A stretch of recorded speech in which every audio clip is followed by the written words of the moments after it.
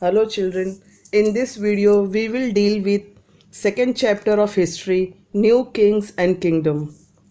First, let's have a look at this map.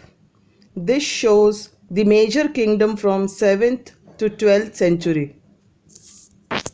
So here we could see many new dynasties emerged after 7th century in different part of the subcontinent. If you can see here, Chamanas, also known as Chauhans, and Cholas, Rashtrakutas, Pratiharas, these were the major kingdoms ruling during this period, and we are going to see about them and discuss about them. Emergence of new dynasties. Here we could see that by 7th century many big landlords were acknowledged by existing kings as their subordinates or samantas. Actually these landlords or say samantas were powerful men or military chief who maintained themselves through the local resources like land. They provided support to the king and rulers. Even they were expected to bring gifts from their kings or overlords. Sometimes these Samantas asserted their independence from their rulers, means they removed a leader or ruler from power by using force, like what we say in Hindi, सरकार को सत्ता से हटा देना. One such instance was that of Rashtrakuta in the Deccan.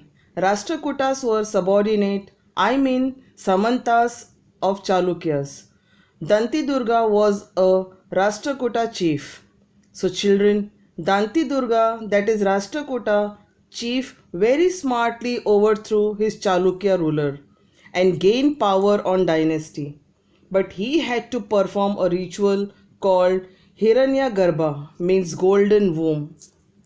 In short to say, Hiranyagarbha was performed to proclaim or announce oneself as a Kshatriya ruler, even if one was not by birth.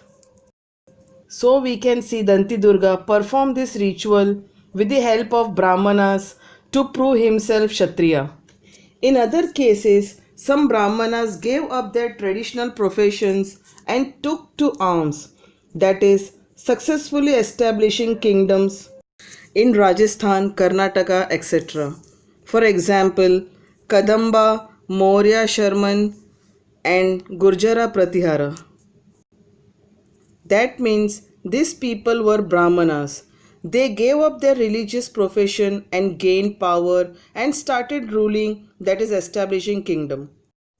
Here we could see the work of Rashtrakuta period on the walls of Ellora caves, showing Vishnu as Narsimha. Now let us see how was the administration in this new kingdom.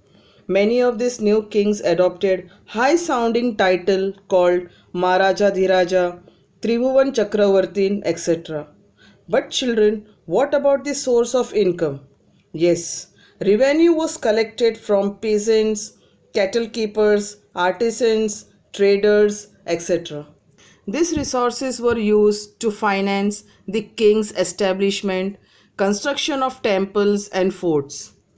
Collecting or collection of revenue was given to someone from influential families, especially can say faithful or close relative, and it was hereditary. Hereditary means lineal, which means quality or right that pass from parents to child. So children, today we will wrap up here and tomorrow shall continue further with more concept. Thank you.